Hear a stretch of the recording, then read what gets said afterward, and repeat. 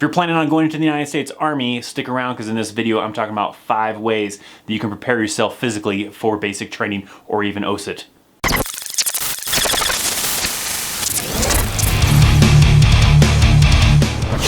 What's up friends? Welcome to an all new video. I'm US Army veteran ThatChrisChaos, and in this one I'm talking about 5 ways that you could possibly train and prepare yourself for basic training or even OSUT. Now obviously there's probably more than 5 ways that you could possibly prepare yourself for basic training or even OSUT, but these are 5 that I could think of right off the top of my head and ones that might help you out, because when I went to basic training I didn't prepare for anything and it made it a little bit rougher, but hopefully if you prepare yourself properly it'll make it that much easier. In no particular order, let's just start off with the first one that I've got on my list. And that first one on my list is running and sprinting. There's a lot of things you're gonna do in basic training that are cardio based. You're gonna do just simply runs and sprints, but a lot of other things will really test you in that cardio aspect. You're gonna be getting what's called smoked. You know, you're gonna just, for no reason, have to do a bunch of push-ups, sit-ups, you know, whatever, doing some kind of crazy creative things that the drill sergeants think of that is going to be, you know, something that you need a good cardio for to be able to keep up. Because if you fall behind, then you're going to draw attention to yourself and that makes things worse. But to also be able to ensure that you are able to pass like the run portion of the physical fitness test, to just be able to keep up when you're doing the runs for physical fitness in the morning, it is good to prepare yourself by doing runs, doing sprints. That sprints will really help you out, especially with your lungs for the cardio and everything. But if you just practice doing running, you get fluent at it, you know, you're going for 2 mile, 3 mile, 4 mile, 5 mile runs, doing some sprints here and there, it'll help condition your body so when you go to basic training and you start doing those sprints, those runs, or those smoke sessions, hopefully your cardio will be on par to keep up. Next up, let's move to the second one I have on my list. And that is going to be do upper body workouts. And I'm not talking about hitting the gym and, you know, bench pressing and doing all these curls and all that stuff. I mean, sure, that's somewhat helpful, but some people get too wrapped around just simply doing the bench press and doing these curls and getting really buff or whatever and thinking that's gonna help them. You need to be doing things like push-ups, pull-ups, any kind of real upper body workouts that are gonna help you with those push-up sections. Now, there's a good chance that if you're going to basic training anytime soon, you might be doing the new Army Combat Fitness test, which doesn't have the normal 2 mile run, the push-ups and the sit-up section. You have these other kind of different categories you have to, you know, kind of utilize. But if you kind of prepare yourself with things like being able to do push-ups and pull-ups, even though pull-ups aren't on there, it'll still help condition your body to be able to do some of the events you're gonna have to do. If you're simply just hitting the weights really hard, doing bench pressing and all that kind of craziness, sure, it'll make you kind of strong, but it still doesn't really condition your body in the same way as doing a lot of push-ups and pull-ups and certain other workouts that will kind of help prepare you for, compared to just simply just bench pressing a lot of weight. Next on my list, coming in at number 3, is going to be hiking or doing some road marches.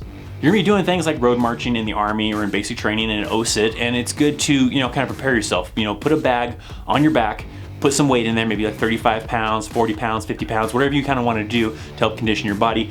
Typically, you're probably working with 35 pounds, maybe more, especially like if you're doing OSUT, then they might get a little crazy sometimes with OSUT and have a lot more weight. But if you kind of do these hiking little excursions or just a road march around the area for, you know, 12 miles, 5 miles, whatever, to kind of prepare yourself for walking, you know, and maybe in boots with a bag on your back, it'll help you condition your body for when you have to do road marches in the Army. It's not necessarily like a requirement. There are sometimes like an OSUT that they will require you to do a type of road march in a certain amount of time. In normal basic training, it's just something you might do quite often, to road march to a training event or to a field exercise. And you, again, don't want to be that person that's falling back, because that draws attention to yourself and just makes things worse for you. So you want to be able to keep up with everybody else, and you want to be able to excel and be able to do well when you're doing these road marches and be able to, you know, handle having the weight on your back and road marching up to, you know, 12 miles, 15 miles. You know, like I said, OSUT sometimes can get pretty crazy with the distance. Regular basic training, you might not be doing more than 12. You might be doing somewhere like only like 8 or 10, maybe 12 in some cases. It just kind of depends on how they kind of, you know, have their outline for their basic training.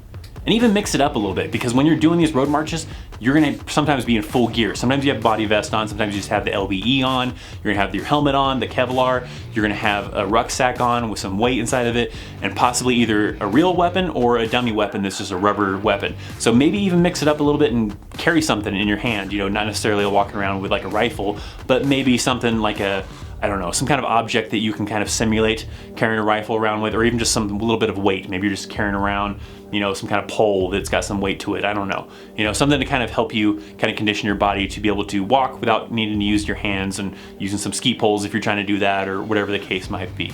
Next up, coming in at number 4 on my list, is diet. Because your diet is an essential part of your physical fitness, your conditioning to be ready for basic training. Some of this may be easier for some people, harder for others. It just kind of depends on you as an individual, whether it's to lose weight, to maintain weight, or to simply break some habits. Because especially people who like rely on being able to have like cheeseburgers from McDonald's, or a lot of sugar, or whatever, maybe you're addicted to caffeine because you drink a lot of coffee or sodas or whatever, you kind of got to condition your body ahead of time before basic training, because you're not going to have access to all that stuff like you may have when you're not in the Army. You're gonna be kind of restricted on what you eat. In the chow hall, they have like the main line and the short order. Short order is kind of like fast food, where it has pizza and burgers, where main line is your more healthier food, like meatloaf or spaghetti or something else that's somewhat healthy kind of a thing. So that's what you're gonna be stuck to, is that mainline food. Some basic trainings might let you get to the short order, maybe after you've completed your final PT test or whatever, you can go get those burgers and then pizza and all that stuff. But for the majority of that time while you're in basic training, you're pretty much stuck with the healthy food. So for some of you, this may be easy because maybe you already have a pretty healthy diet that you do now.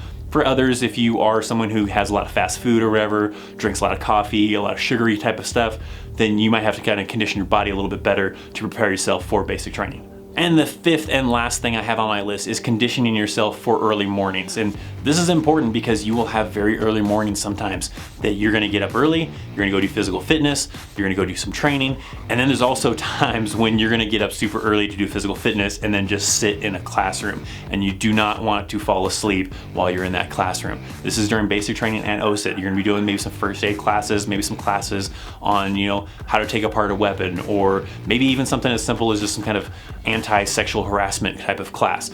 And these are not the classes you want to end up falling asleep because you had a really hardcore workout in the morning for PT or road march or whatever, and then now you're stuck in a classroom, and sometimes people fall asleep, and that does not look good. Again, it goes back to, it draws attention to yourself and just makes things worse. So maybe try to, you know, prior to going to basic training, condition yourself for getting up really early, doing some kind of workout, and then being able to fight the sleep so you're not falling asleep when you have those really slow days of doing a workout and then just sit in a class. Not all the time it's gonna be like that in basic training. There's gonna be times where you're gonna do, you know, wake up early in the morning, do some kind of physical fitness, and then go do training out somewhere, so whether it's weapon qualification or whatever it might be. But there are some days that are just classroom days, and those days are the days that really kick some people's butts because they're not used to getting up super early in the morning, doing that hardcore workout that early in the morning, and then just sitting down in a classroom for a couple of hours and then end up falling asleep or kind of nodding their heads, and that ends up, you know, gaining the attention of the drill sergeants and really looking bad.